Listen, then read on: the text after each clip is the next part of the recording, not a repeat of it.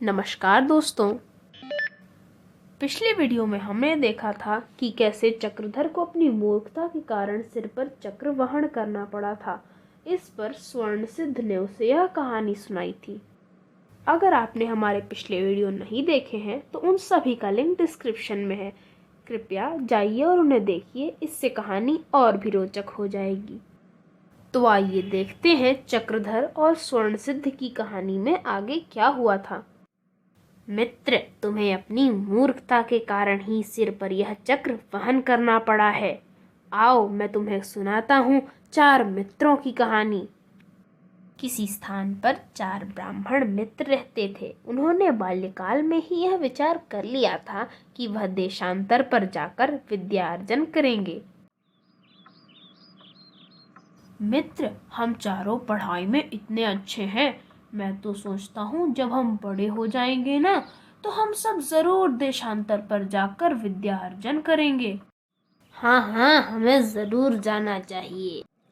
ऐसा सोचने पर वे कन्नौज गए। 12 years later, 12 साल बाद।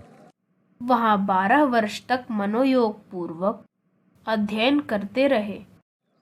वत्सों, तुम्हारी शिक्षा पूरी हो चुकी है। अब तुम सब अपने घर को लौट सकते हो। जैसी आपकी आज्ञा आचार्य।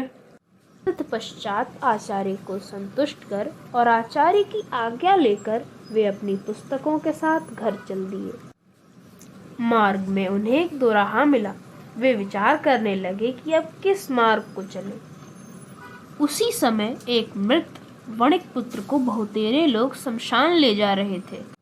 उन मित्रों में से एक मित्र ने पुस्तक खोलकर पढ़ा कि जिस मार्ग से बहुतेरे लोग गमन करते हैं वही मार्ग है।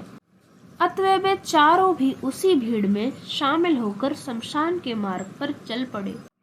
शमशान में किसी गधे को खड़ा देख दूसरे मित्र ने पुस्तक खोलकर पढ़ा कि उत्सव, दुख, दुर्भिग्य, शत्रु संकट, राजद्वार और शमशान में जो उपस्थित हो वही बंधु होता है। यह कहकर वे पंडित उस गधे को अपना बंधु बताकर गले लगाने लगे। तभी उन पंडितों की दृष्टि एक ऊंट पर पड़ी। उन्होंने कहा कि यह क्या है?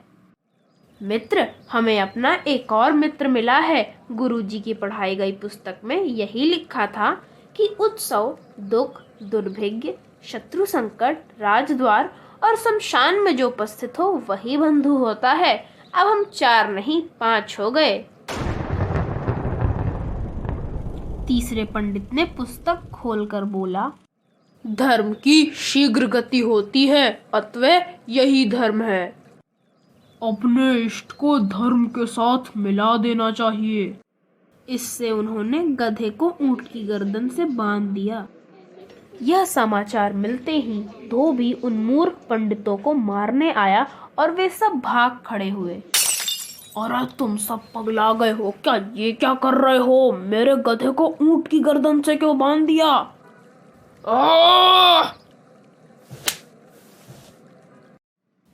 कुछ दूर आगे बढ़ने पर उन्हें एक नदी मिली। उसमें एक पालाश का पत्ता तैरता देखकर एक पंडित ने कहा, जो पत्ता आ रहा है वह हमको नदी से पार करा देगा। ऐसा कहकर वह पत्ते पर कूद पड़ा और नदी की धार में बहने लगा। दूसरे पंडितों ने उसके बाल पकड़कर कहा, सर्वनाश उपस्थित होने पर पंडित जन आधा त्याग दे देते हैं और आधे से ही कार्य करते हैं, क्योंकि सर्वनाश दुस्सह होता है।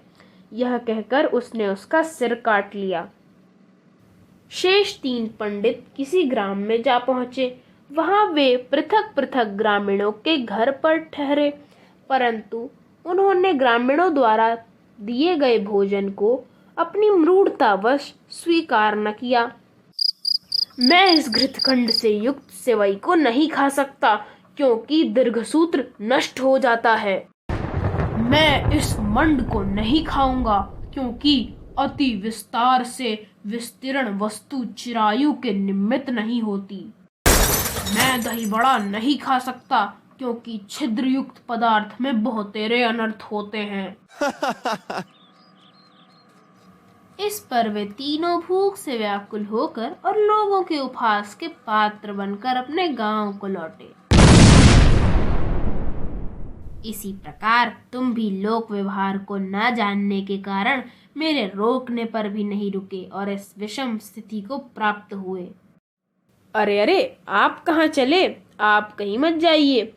इसके बाद स्वर्ण सिद्ध के द्वारा यह कहानी सुनाने पर चक्रधर बोला कि वह यहाँ पर अपनी बुद्धिहीनता की वजह से नहीं, अपितु देवों के प्रतिकूल होने की वजह से फंसा है।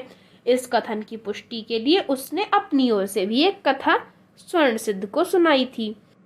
अगर आप भी जानना चाहते हैं कि वह कौन सी कथा थी जो चक्रधर ने स्वर्ण सिद्ध को सुनाई थी, तो बने रहिए मेरे चैनल पे।